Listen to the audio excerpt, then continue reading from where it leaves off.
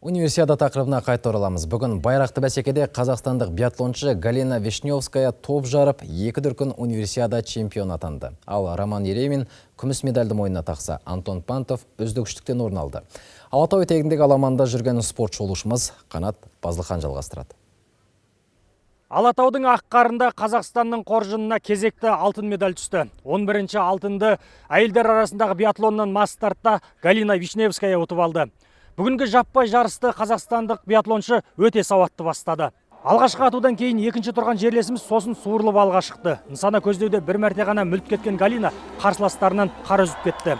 12,5 шақырымдық қашықтықты 36 минут 15 секундта бағындырған семейлік спортшы екінші орын алған украиналық Яна Бондардан 1 минут 2 секунд бұрын келді. Бүгінгі алтын Вишневскаяның Алматыдағы кешендісінде ұтып алған 4-ші жүлдесі. Бұған дейін ол жекелесінмен эстафеталық жарыста күміс жүлдегер атанса, спринтте топ жарғаны белгілі. Семейдегі Шәкәрім атындағы мемлекеттік университеттің студентінен мамандар үлкен үміт күтеді. 22 жасар биатлоншы 28-ші қысқы универсиада ойындарын әдемі аяқтады.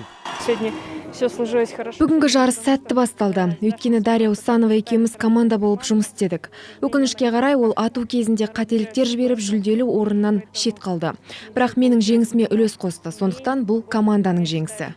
Қазақстандық биатлоншы жігіттер де жүлдегерлер қатарынан көрінді. Бүгінгі мас стартта бұған дейін қола медаль алған Роман Еремин күміс жүлдегер атанса, Антон Пантов үздік үштіктен көрінді. 15 шақырымдық жаппай жарысты қазақстандық биатлоншылар тамаша бастаған еді. Антон Пантов үшінші ату кезеңінен кейін жеке дара топ бастады. Алайда соңғы шешуші нысана көздеуде жерлесіміз бір мәрте мүлт кетіп, алдыға француз жігіті Баптиста Жютиді жіберіп алды. Роман Еремин мен Антон Пантовты қапы қалдырған француз биатлоншысы соңғы кезеңде жылдамдығын арттырып, мәреге бірінші болып жетті. Одан 13 секундқа ұтылған Роман Еремин екінші орынға табан тіреді. Қола жүлдегер деген атақтан құтылғаныма ризамын, алайда алтынға да сәл жетпей қалды. Күшім сарқылып, жүйкемде сыр берді. Конечно, доволен. Әрине, үшінші орын алғаныма ризамын. Себебі бұл жерде бәсекелестік күшті. Осында келіп қолдау білдірген жанкүйерлерге алғысым шексіз. Биатлоншы қыз-жігіттер бүкіл әлемдік қысқы универсиада ойындарын аяқтады. Қазақстан құрамасының еншісінде 3 алтын, 3 күміс, 2 қола медаль бар.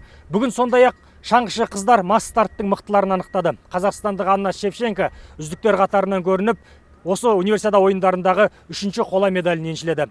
Қанат Базылхан, Батырбек Адылбек, қорытынды жаңалықтар, Алматы облысынан.